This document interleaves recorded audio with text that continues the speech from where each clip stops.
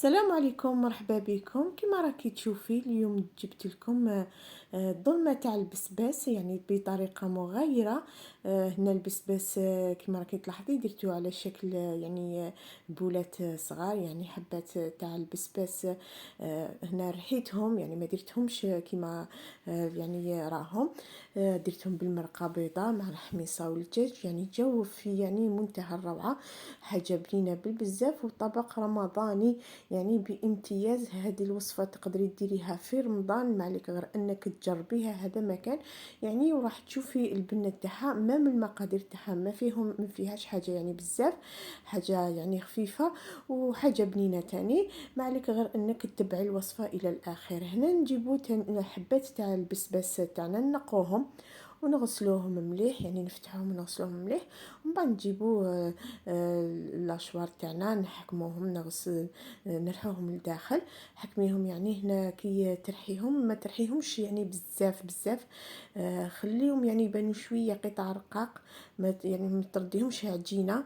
نحكموهم كما قلت لك، نرحوهم مليح، ومن بعد نجيبوا الشاش، يعني اي قطعه تاع الشاش تاع الكوزينه، يعني مدايرتها داخل الكوزينه يعني الاستعمالات تاع الطبخ.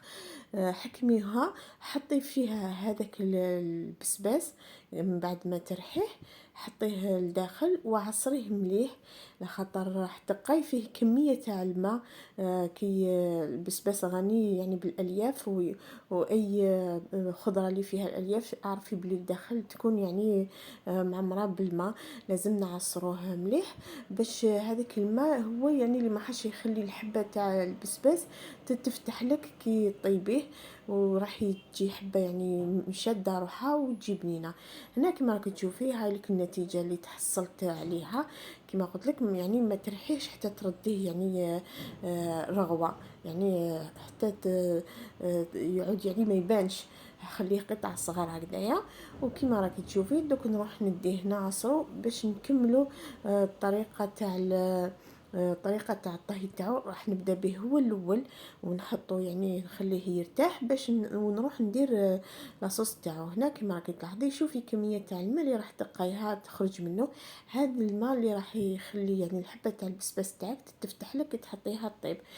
هنا من بعد ما عصرته، جبت البول تاعي، حطيت فيه هذيك الكميه تاع البسباس ودرت له حوالي يعني نصف الصدر تاع الدجاج. هنا البسباس زوج حبات كبار مع نصف الصدر تاع الدجاج. حطيت عليهم زوج ملاعق تاع لا شابلور، ومن بعد زدت حطيت معدنوس لخاطر راح ندير مرقه بيضاء، والبصل. هنا هايلك البصل من بعد نزيدو نديرو المعدنوس. البصل اللي درت هنا نص حبه صغيره، حكمتها سكرفشتها وحطيتها.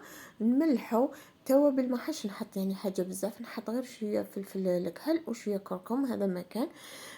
نزيد عليهم حبه بيض، ومن بعد نقعد نخلط ونعجن مليح حتى تشوفي يعني هذاك الصدر تاع الدجاج تخلط لك مليح مع البسباس، يعني مع الاخر نتحصلوا على عجينه. نحكموها نكوروها ونديروها يعني على شكل كما نقولوا كرايات. نحكمها نعجنها بهذه الطريقه كما راكي تلاحظي. هذا الطبق كما قلت لكم بنين بالبزاف، يعني جربته حاجه يعني روعه. ما عليك غير انك تجربيه وتخلي هذه الوصفه للرمضان، يعني رمضان او جاي. هذه الانواع تاع المأكولات يعني على بالكم يعني لازم تكون في رمضان. هادو الطواجن ولا هادو الظلمات كاع نخلوهم نقارديوهم كما نقولوا الوصفات تاعهم للرمضان باش نديروهم. على بالكم في رمضان لازم كل يوم طياب، لازم كل يوم حاجه جديده. هنايا كما راكي تشوفي وجدت هذه سنيوه صغيره، حطيت فيها الفرينه ودرتهم على شكل كريات كما راكي تلاحظي. لخاطر هادو الكريات راح نقليهم قبل ما حاش ندخلهم داخل الفرن، او عفوا داخل لاصوص. نكمل الكريات هادو اللي عندي، ومن بعد نحطهم في المقله نقليهم. هذه هي الوصفه كما قلت لكم المره الاولى، يعني بنينه بالبزاف. العمليه هذه تاع كي تقليهم يعني راح تعطيهم جو خير من تحطيه ديريكت في داخل لاصوص. كان يحطها ديريكت داخل لاصوص بصح كي تقليهم راح يجوا حاجه يعني حاجه بنينه. نجيب هنايا من بعد الطنجره تاعي، نحط فيها شويه زيت ونحط الدجاج. تحطي كويس ولا حطي اي حاجه عندك. انا حطيت هنا الكويس، تقدري تحطي يعني على حسب افراد العائله تاعك. نقليه شويه في هذاك الزيت ومن بعد نحط عليه حبه بصل صغيره كما راكي تشوفي، ونقلي مليح. قلي يعني المرقه بيضه عادي، نقليها مليح، نحط عليه التوابل، الفلفل الكحل وفلفل عكري، يعني هذو هما التوابل اللي حطيتهم، ومع تاني عود تاع قرفه. الملح ما تنسيش ديري الملح، ما تكتريش بزاف الملح لخاطر لاصوص مع الاخر راح تشرب. يعني راح نديرو لاصوص شويه، ما حش يجي يعني حاجه بزاف، على بها الملح لازم يكون شويه يعني ماشي بزاف. درت الكركم وخلطت مليح، ومن بعد كما قلت لكم نزيد لها عود تاع قرفه، هذا مكان نخليها تتقلى مليح.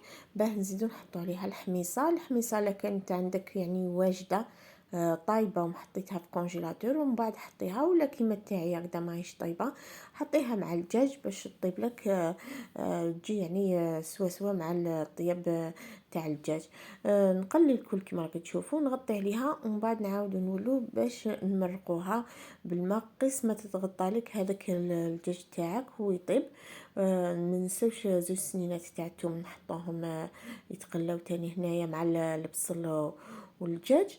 ومن بعد نعاودو نولو للمقادير اللي قاعده ندير لها هنا شويه تاع الماء باش ما يتحرقش، ونخلوها تتقلى على غرضها.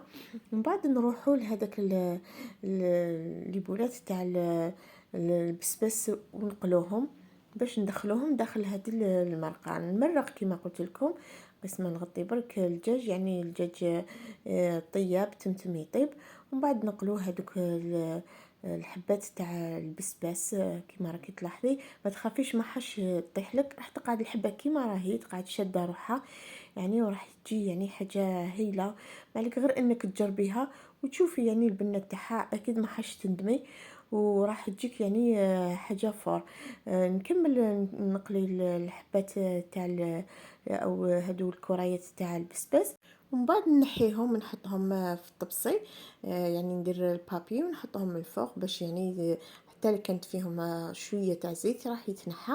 كما راكم تشوفوا راح حتى تاخذ اللون الذهبي، باش كي تحطيها داخل المرقه، يعني المرقه راح تكون بيضاء، راح تجي يعني لا كولور تاعها يجي شباب، خير من اللي تحطيه يعني ديريكت تحطي الكريات ديريكت راح يطيبوا لك يعني بيوضه، ماشي كيما تقليهم. كي تقليهم راح يجوا يعني محمرين، راح يجوا حاجه يعني هايله.